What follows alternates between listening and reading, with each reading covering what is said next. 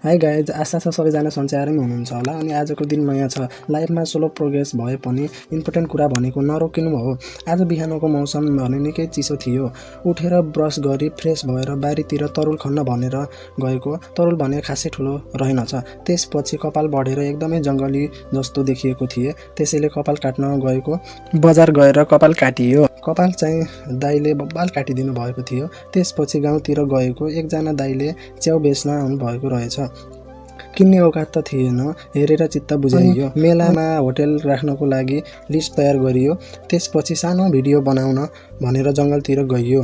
मैले प्रत्येक भ्लगमा भिडियो बनाइयो भनेको त हुन्छु, तर राखेको चाहिँ हुँदिन। यो भिडियो चाहिँ मैले युट्युब च्यानलमा राखेको हुन्छु, गएर हेर्न सक्नुहुन्छ। मेरो युट्युब च्यानलको नाम रहेको छ रेड लाइन भ्लग, माथि लिङ्क राखिदिएको छु, गएर हेर्न सक्नुहुन्छ। Okay, thank you for watching guys. भिडियोलाई लाइक, सेयर, कमेन्ट गर्न नबिर्सनु होला। अनि नयाँ हुनुहुन्छ भने फलो पनि गरिदिनु होला।